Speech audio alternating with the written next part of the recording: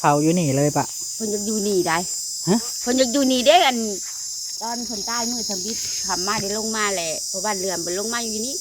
มาตีสังกะสีใส่ต่างๆมันมีลมได้แม่นบ่บ่มีหมูมีม้าแล้วมันขำเลยเพราะบ้านเรือนย่านบ่ย่านบ่น้องบ่เชื่อเลยชวนกันลงมาอีกชวนกันลงมาก็มาตีสังกะสีสิอีกเออแล้วเพิ่นอยากอยู่แต่ปรึกษาว่าเรื่องเถื่อบ่อยากจูดอยู่นี้ว่าอยากไปจูดแบบที่ภาษาแล้วก็นี่โดยเพิ่นละกะเพิ่นตีสังกะสีใส่หักตาบ่มีหยังบ่มีลมบ่มีแรงคือว่าผู้สิอยากอยู่นี่คิดในใจอ่ะนะแล้วมาเสียงไข่จะแตกอยู่นี่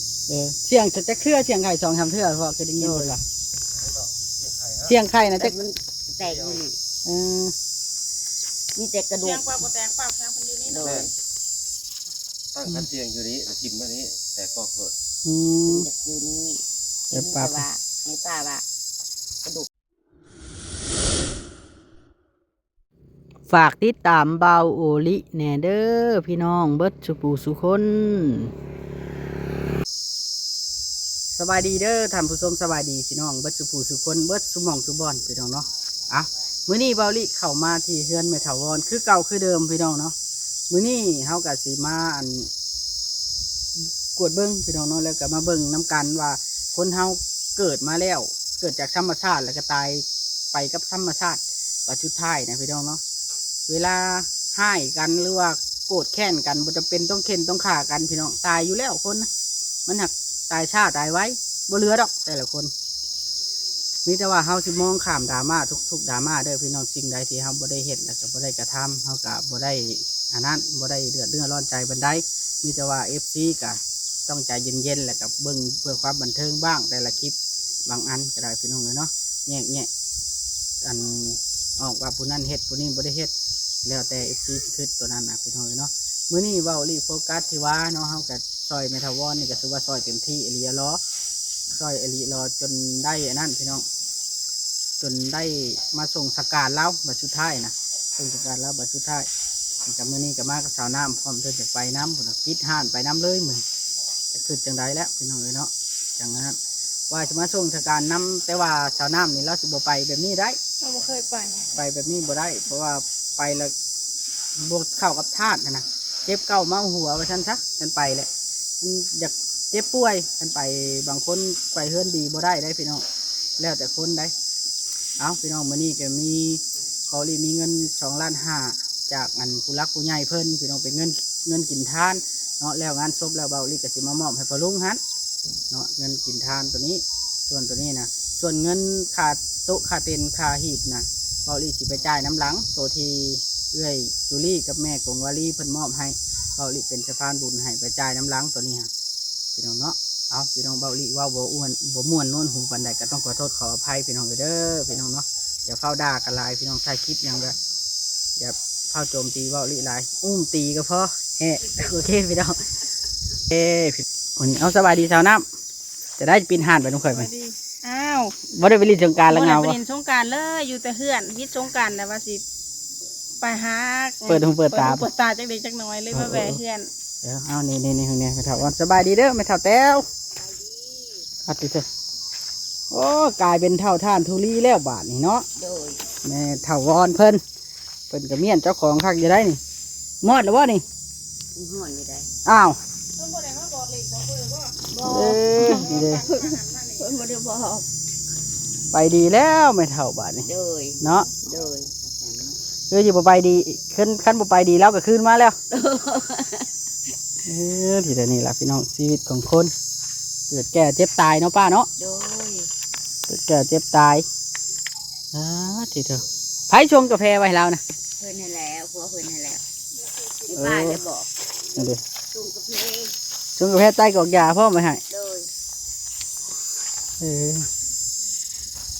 เป็นอะไรคือว่าอันเพิ่นคืออันเผาอยู่นี่เลยปะเพิ่นอยากอยู่นี่ได้เพิ่นอยากอยู่นี่เด้อันตอนคนใต้มือทำบิดทำมาได้ลงมาแหละเพราะบ้านเรือนมันลงมาอยู่นี่มาตีสังกะสีใส่ต่างๆมันมีลมได้แม่นบ่มีหมูมีม้าแล้วมันขำเลยเพราะบ้านเรือนย่านบ่น้องบ่เชื่อเลยชวนกันลงมาอีกชวนกันลงมาก็มาตีสังกะสีสิอีกแล้วเพิ่นอยากอยู่แต่ปรึกษาว่า เรื่องเถื่อบ่อยากจูดอยู่นี้ว่าอยากไปจูดแบบที่ภาษาแล้วก็นี่โดยเพิ่นละกะเพิ่นตีสังกะสีสายหักตาบ่มีหยังบ่มีลมบ่มีแรงคือว่าผู้เสียงอยู่นี่คิดในใจเห็นนะแล้วมาเสียงไข่จะแตกอยู่นี่ เสียงจะเครือเสียงไข่สองทำเทื่อพอคือได้ยินเลยล่ะเสียงไข่นะ แต่ จะ มันแตกอยู่นี่ เออ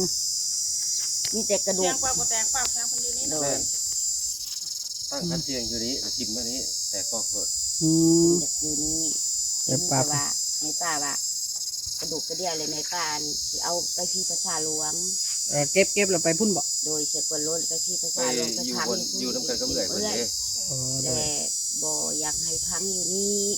เพราะว่ามันสิเป็นเฮาบ่ระบาดบ่ได้มันสิออกห่อนออกล้นแล้วคนเฮือนในซ่านแล้วมันสิเกิดเจ็บเกิดไข้อีก บ่อยู่ดีไม่แห้งเนาะ โดยมีแต่ขี้เถ้าขี้หยังเขาก็ต้อมกวาดจุดแล้วก็กวาดขึ้นแล้วก็คือทั่วล้อมไว้ยันงัวเข้าไปนั่น ก็ ก็ แต้มหุ่นเต็มยังไว้ในทั่วยังอ้อมไป ปลูกดอกไม้ใส่ อยู่พุ่นบ่ ดูนี่ว่าคุณ อยู่นี่นะบ่ แต่ว่ากระดูกหัดสิใส่กุโล ก ก ระดูก พี่ กระดู ภาก ษา ที่เลี้ยนพุ่น โอ้ ภาษาหลวง โดย ภาษาใหญ่อะนะ ถ้าเฮาพังอยู่นี่แล้วมันสิเป็นดินออกห่อนออกล้นเฮามันสิอยู่บ่ดี เอาไปอยู่เรื่อยพุ่น แม่นจังหน่อยเด็กน้อยสิญาติ โดยเจ้ามันก็สิบ่คักหันนะถ้าเฮาพังกระดูกอยู่นี่ จันในบ้านในเมืองเนาะเฮาอยู่นำบ้านเนาะแม่นอยู่เนาะเฮาเอง เป็นดินออกห่อนออกล้นได้คันนี้เฮาบ่ระบาดภาษีบ่ได้ เป็นอะไรคือบอกพากันเอาไว้ว่า FC เพิ่นถามหลายว่าคือบ่เอาไปแบบปราสาทคือหมู่หั่นน่ะ อันเพิ่นอยากอยู่นี่ เพิ่นอยากอยู่นี่ตอนเพิ่น โดย บอกไว้บ่ดู เพิ่น นะ ก็บอกว่าอยากอยู่นี่เพิ่นบ่อยากไปไสอยู่ใกล้ลูกใกล้เต้า ไก่เฮือนไก่ชานเพิ่น โดย เออ เพิ่นบ่อยากไปวันอื่นเพิ่นอยากอยู่นี่ก็เพิ่นยังบ่ทันได้ตะกี้เพิ่นก็ยังเคยเว่าอยู่นี่อยากอยู่นี่ ๆว่าเด้อมีจังกะยาเขาสิอยู่สิเผาสิพังก็อยากให้พังอยู่นี่อยู่นี่นะ อย่างนั้นแล้วก็เลยว่าเอาอยู่ สร้าง นี่ ความ ซะ ได้แล้วนะว่า มัน นะ ก็ เลย การลูกหลานก็บ่ได้คิดย่านได้อยู่นี่ก็ยังบ่ได้คิดย่านก็ธรรมดา พยานแล้วเราเฒ่าละ โดย เราก็บ่ได้ให้ผู้ใดจักเทื่อเนาะ บ่ให้ไป ก็คือแบบให้จุดนี่เลยกับทางบ้านทางเมืองเพิ่นก็บ่ได้ว่านแนวใดเนาะเพิ่นก็ ว่าในใดเพิ่นจะอิงตามเจ้าภาพ โอ้ดี เลย มีแต่จุดอยู่ใส่กระตั้มนะว่าขอเข็ดแกะแถวนี้ แล้วก็มีแต่ว่าจุดที่พี่ประชาก็ได้เสียจุดอยู่นี่ก็ได้เสียหีดบ้านของเมือง อย่าจะตำพีตำคล้อง จะมีจำคองเขาก็ต้องได้เสีย 12คล้อง14เขาก็จะตำนั่นแหละ ก็คือว่าเขาจะเลยเลือกที่อยู่บ้านตัวเองเลยเนาะมันจะบ่ เพราะว่าเราก็สร้างความไว้ซั่นแหละ ดีแล้วแต่ก่อนสมัยก่อนเพิ่นจะจุดอยู่หน้าไผหน้ามัน แน่ โดย แต่สมัยก่อนนะมีแต่ซุมือนี่ละเพิ่นจัดสรรให้ไปปีประชาแต่ละคน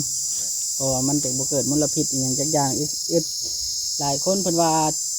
เผาบ่อนนี้อาจสิส่งกินแบบว่าความขิวความหยังทั้งกินรถทั้งหยังแต่ว่ามันเป็นโซนที่วันอยู่นอกบ้านพี่น้องเนาะเขตนี้มันเป็นนอกบ้านแล้วเนาะ โดย มีแต่เฮือนปะแต๋วเฮือนนี่พี่น้อง2-3หลังนี้ โดย มันเป็นนอกบ้านชานเมืองแล้ว แม่นนี่เพิ่นก็บ่ได้ชุมไผ่ใจตื้มบ่ด้วยว่าละเอียดเลย บ่ได้ มีแต่ไปเพิ่นกับ มีแต่รอแต่ โยกเรื่องเองแบบนี้ ถือว่าเรากับเมียนเจ้าของอยู่ แม่น เขาอ่อน ถ้าบิดจูดถ้าบิดว่าจูดเขาอยู่นี่ให้เขาว่าย่านใช้ไฟคอยเราบ่เป็นหยังดอกคอยว่าอยู่นี่มาเบิ่งน้ำกันเนาะเบิ่ง เรียน กับ แล้วตอนมา เขาบ้าน ขี่มาให้เพิ่นมาอยู่ในนี่ก็แต่งคันหาเด้ขอบอกว่า อืม ให้เมียนต้นเมียนโตดีๆพื้นไผ่ก็ให้หักต้นมักษาอย่ามันปลิวใส่บ้านใส่เมือง เลย ให้เมียนต้นเมียนโตให้จบงามก็เมียนงามได้ ย่านไผ่มันลามเนาะ โดย ก็คือเจ้าเห็นเนี่ยคอยอยู่เขาก็สาดน้ำสาดในหลักไว้คือเจ้าเห็นนั่นแหละ คือเนาะ เจ้าเป็นหลานบ่หรือว่าหลานเคย ร้านเคย มีหลานเคย2คนเนาะมีไอ้ตุ้ยนั่นแหละก็ไอ้ผู้นี้เนาะที่ว่าเรา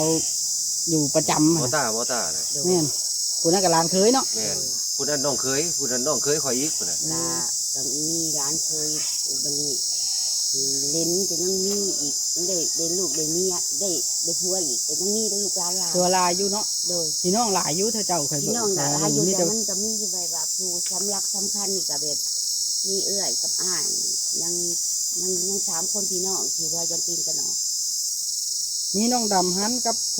ผู้เป็นจัวหันผู้ใหญ่เติบไปเลยให้อยู่เนาะแล้วเนาะ ละ เอ เล่ อน งัดร้านลูก ให้ ข่อยนี่แหละ เลย นางดำมันก็ลูก ให้มาจากตลาดผู้ ตาย ค้า ต้นมัน ผ้าเอื้อยผู้กกให้ไปตลาดที่รอเฉลี่ยงได้ยินข่าวแล้วก็ให้มาจากตลาดผู้มาให้ ให้เฮ็ดได้แต่มันจำเป็นแล้วเด้ โดย เราอยู่กับทรมานเราเป็นโรคมาไข้หลังมักไตเนาะ โดย แม่น อันนี้ไปดูหมอบนนางนี้ดูหมอมาใหายก็คิวได้ คิวบ่ แต่ตอนโชว์ตอนน่ะก็ไปดูหมอว่ะจนบรรลุบ่ได้ได้น่ะกะร้านเดี๋ยวไปดูหมอเพิ่นในช่วงแบบบ่ตายอยู่ที่นี่ได้ก็บ่ตายเพราะท่านฮอดงานว่ะก็ผ่านมาพอดีผ่านมา รา ไป ศี ปี ดูบ่หัวอันชื่นนี่เพราะว่าบ่เกิน3มื้อว่ะ ไปดูหมออีก ไปมามื้ออื่นมากก็เป็นที เพิ่นย่อคันขึ้นเลยเพิ่นน่ะ บ่อนดูดวงบ่อยู่ไสอะน่ะ ถามนางนี้บ่ยังเพิ่นน่ะ เออ เพิ่นเคสแล้วเฮาสิไปเบิ่งใช่เนาะ ไปเบิ่งแม่นาง สิเบิ่งเลิกอีสังอีแล้ว เมียข่อยนั่งอยู่กับนางตุ๊กโชว์กันเนาะ ไปเบิ่งแม่ กับ คิว คันว่า ได้ เคสคันว่าคิวหั้นนะ อ้าวเพิ่นเบิ่งกันดินางว่านี่ลูกแปลว่านี่ลูกบ่ได้ออกมาตอนนั้นเด้อ อืม โอ้ แม่น ลูกบ่ได้แล้ววันนี้ร้านเลยไปเบิ่งให้แล้ววันนี้ เพิ่นว่าบ่ตายเพิ่นว่าบ่ตาย เออ ที่ได้ก็บ่ตายปัดเป็นมื้อหนึ่งสองมื้อเลยร้านเลยไปเบิ่งให้เพิ่นย่อคันขึ้น โอ้ยให้ตั้งใจเด้อว่ะนี่ได้ก็บ่ยังอยู่แล้วว่ะการ้านมาฮอดปึ๊บไปนั่งใจหูคอนี่ มาแต่ในเมืองไปดูหมอหั่นนะคิ้วได้บ่นี่ก็แม่เบิ่งเจ็บเบิ่งเป็นนี่คิ้ว โดยบัดมือตั้งแจ้งนะแม่นมื้ออื่นเนาะวันอาทิตย์บ่ กูเป็นทิศตั้ง วัน ใจ อาทิตย์ตั้งแต่วันจันทร์เนี่ยตักบาท ตักบาตร เออ ดูแล้ว มื้ออื่นตั้งแจ้งไว้อีหลีเนาะแถวนี้เขตไทยเมือง ในขนาดก่อนเพิ่นสิอยู่นี่หั่นก็ยังมาขอสังกะสีตัวนี้3เถื่อพุ่นเลย เออ 3-4เถื่อพุ่นเลยทุกข่อยทุกข่อยมาทำไมนะ โหแม่นหมูมากะใกล้บ่ บ่กลางคืน จุ่มมือขำ 11โมงน่ะ เออ 10โมงน่ะ ไปเบิ่งเดินนางเดินที่ เอาเดี๋ยววิทย์ก็ปังเลยมาส่องมึงก็บ่ได้มีหยัง บ่ย่านบ่ปบบ่ผู้มาอนามัยเด้อพากันมาอนามัยกลางคืนเลย ข่อผู้เป็นร้านเคย อนามัยนะมาเบิ่งนี่แน่เบิ่งว่ามันสายพื้นสายไฟ แน่ นี่ เบิ่ง นะ ก็มั่างหัวมั่างอันนี้ตอนที่มั่างเขาแบ่ก็ แล้วก็ปรึกษากันนี่ พ แห ก ละ นี่ว่าจะบิดว่าดิคำมาเบิ่งเที่ยวช่องมาแล้วเบิ่งใช้พื้นใช้ไผ่ก็โปกอีกเที่ยวช่อง เอ พอ อ ไฟย่างมาอีกเที่ยวสามไปเอาหมอร้อนมาเบิ่งนี่หมอชมบ่หมอร้อนผู้เป็นลูกอะนะ เดี๋ยวชมที่ชมใจแม่เดี๋ยวแบบ พกอยู่ในนี้ก็เลย ที่ภาษา เอาอยู่นี่แหละว่ะพอบ้านเขายังก็ว่าเอาอยู่นี่ว่ะหมอว่าบ่เป็นหยังเนาะใช้พื้นใช้ไผ่เฮาน้ำในเฮาก็เตรียมไว้อยู่ว่ะ ใครอยู่อัน ว่าแล้วพากันมาแต่งคันเชียงไข่ เป็น ทิม ง่าย บาท อยู่ เดียว บ้าน ปอกโหลดบ่ได้ไปทางอื่นนะคือผู้ลุงเพิ่น ว้าใจแข็งดีเลยโอ้คันอันเจ้ามายืนนี่เนาะใจมันสิขาดมันยังเพิ่นยังเห็นนอนแล้วบ่นอนเพราะว่าเพิ่นไปซื้อยาจับอันชนเสือนอนเสือผับมันดิจับแล้วก็พลิกก็โตเบิ่งนี่จังหน่อยเพิ่นจับอีกแล้วก็พลิกเรื่องนี่ในป่าก็เอาน้ำห่มในป่าเบิ่งเส้นเลือดนะมันเด็ หยุดแลนล่ะ มันต่ำๆลายๆดิ เออ ป้าไปตกใจก็นั่งเลยบุญก็โทรหาลูกมึงมาหอดจะได้นั่งเป็นอะไรบอกพ่อว่าแม่เอามาหอดก่อนบุญเขาก็มาหอดบ่ยังแม่บ่ยังมันได้ก็มดป่าวันลูกมืดอะไร อืม สมที่เจ้ามาเดินนึกมดความหนายังตีงยังหันแห้งอยู่ เออ ยังแบบคือคนมันเนาะมันทนตายเนาะ ได้ สบายดีเด้อแม่เฒ่าเด้อจักจังใดแล้ว ไปแล้วก็เก็บ อันแผนการว่า มื้ออื่นก็ต้องได้เก็บดุแม่นบ่ โดย แม่น เพราะว่ามือแจกเนาะ โดยเก็บอยู่ในนั่นแหละ แม่นแล้วตอนแรก ตั้งมื้อนี้ก็เก็บมื้อนี้ตั้งมื้ออื่นเก็บ มื้ออื่น โดย อันห่อกระต้มตื้อลืม มื้อนี้เพิ่น มื้อนี้ห่อเลย มื้อนี้แม่น เด้อเพิ่น ข้าวตอกข้าวต้ม ผู้เฒ่าเพิ่น มื้ มา ออื่นต่างกับมื้ออื่นแล้วเก็บตอนแรกดิ แม่ เก็บลูกแล้วก็ใส่หม้อดินเนาะ โดย ขวดโหลแก้วเฮา อ่ะ เด้ ใส่ขวดขนมมานะ ขวดแก้วเฮาเด้ขวดประมาณสักนี้ก็ แล้วที่เอาไปฟังอยู่ป่าท่าหลวงพุ่นแล้วบัดนี้เนาะ แม่นเอาไปไว้กับข้างเอื้อยเพิ่นพุ่นแหล้ว เออโดยดูหันคนเอาไปหลายได้ออยู่หันเนาะ หลายเลยพี่เป็นพี่ภาษาใหญ่ที่ในแคนสวรรค์ในเขต กับเพราะว่าอยู่พุ่นน่ะมีพ่อเฒ่าแล้วก็เอื้อยเพิ่นหันแล้วก็มีหลานเพิ่นหัน ถือว่าโทมตระกูลแล้วอยู่หันเนาะ แม่น หรือไว้พุ่นแล้ว เอาไว้พุ่น จังคือก็ไว้นี่ พุ่นก็มี3-4 แบบว่าญาติเราเฝ้าอยู่เลยนะญาติเราบ่อยากไปเกิดนะเว้าลีได้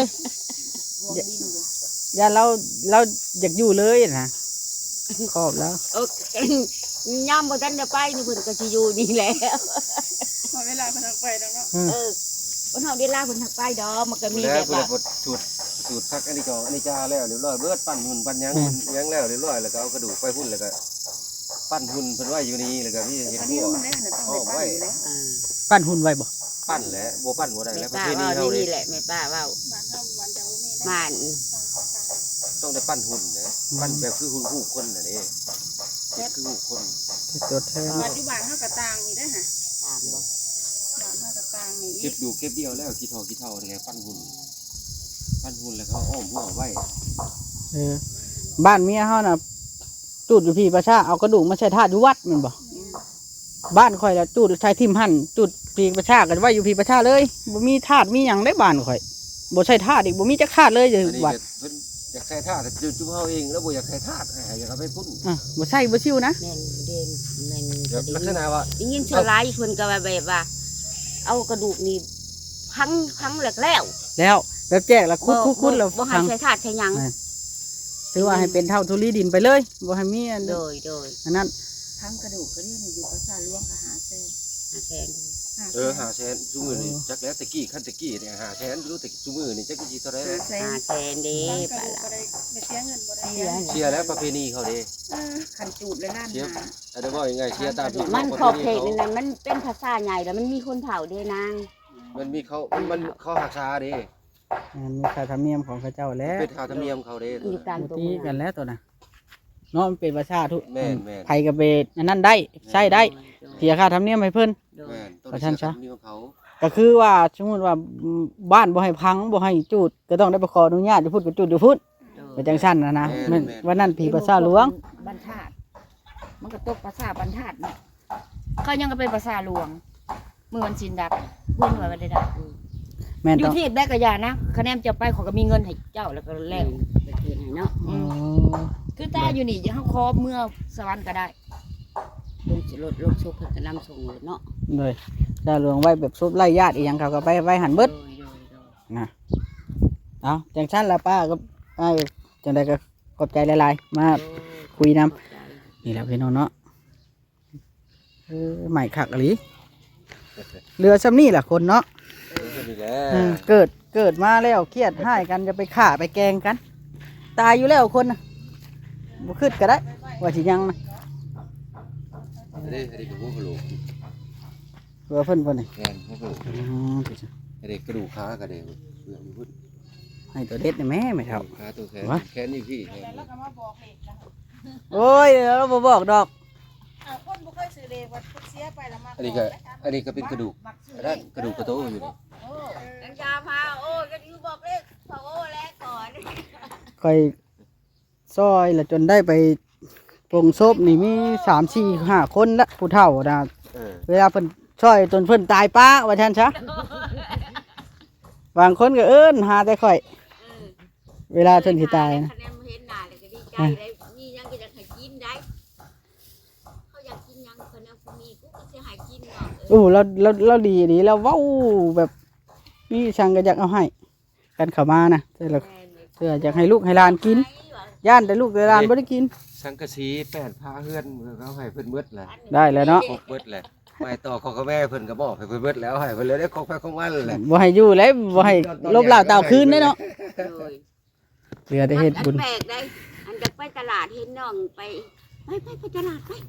อยากไปดูอยู่ช่วงเรา อยา หั ก น ไป น่ะเนาะ อยากไปนำได้ไปไหนก็อยากไปนำไปก็มาเป็นไปซื่อๆได้แม่นสิไปทุเพิ่นมีคนขับรอข้างให้แล้วก็ยังเอาร้านนี่น้อยหันไปเพิ่นอุ้มก็บ่ได้มาให้แม่ป้านี่แล้วอุ้ม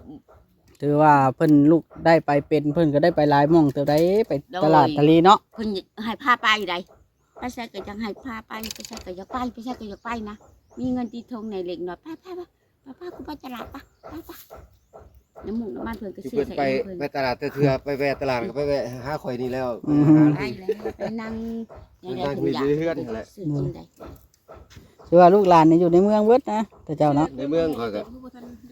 2-3คนนั่นแหละ หอบบ่ยากแล้วหอบกระตุ้นก็บ่ห ไปแวะเพื่อนกับเพื่อนเช่าโอลิ เลยเพื่อนเช่าบ่ ข่อยเช่าอยู่ได้ เพื่อนเช่าเข้าซื้อว่าซั่นซะเนาะ เพื่อนเช่าเขาชื่อต่างแต่ว่าไปเฮ็ดเวียกก่อสร้างอยู่ในเมือง อืม อา ป้า ชีพ ป้าไปเพื่อนผู้บัดนี้ อาชีพเวียกก่อสร้างข่อย เลยอ่ะโอเคเด้อ 10 คนนี่แหละพวกเดียวออกมาก็มาหาเพิ่นนี้ เลยลูกหลายดิโอเคพี่น้องเด้อบาทนี่พี่น้องเนาะจังใดกัน มากับมาหาเพิ่น อืม ที่เขาคือแบบนี้แล้วออกมาก็ออกมานี้ เลย หาเพิ่นนี้ถ้าข่อยก็บ่ค่อยมีเวลาออกมาดอกเท่าไรก็มีแต่ลูกกับเต้าหัน นี่จะไปเวียกเนาะ แม่น เลย บ่สู้อ ฮะ ยู่ดอก บาทนี้โอเคเด้อพี่น้องเบัดสุภูสุคนนี่ก็เป็นกล่องฟ้อนของแม่เฒ่าวอนพี่น้องเนาะถือว่าเบาโอลิได้มาส่งเพิ่นแล้วมื้อนั้นนะพี่น้องเอ้ยแล้วก็จูลี่เพิ่นก็อันได้ทำหน้าที่เพิ่นช่วยเหลือแม่เฒ่าวอนดีที่สุดสำที่เฮ็ดได้แล้วเนาะพี่น้องเนาะจังใดก็ทางคลิปนี้ว่าลิสิขอขอบคุณทั้งจูลี่แม่กงวาลีที่ซอยเหลือแม่เฒ่าวอนมาตลอดเนาะแล้วก็ซอยเป็นเจ้าภาพชื่อหีบชื่อโลงให้แม่ตุวอนหลายๆเด้อจังใดก็ให้พวกท่านทุกท่านอยู่ดีมีแหงความเจ็บจะสิได้ความไข่อย่ามีกิจสิ่งใดขอให้ได้สิ่งนั้นเด้อสาธุเบาลิสิขอโตวกันเด้อในคลิปนี้ไว้พอกันในคลิปหน้าเนาะ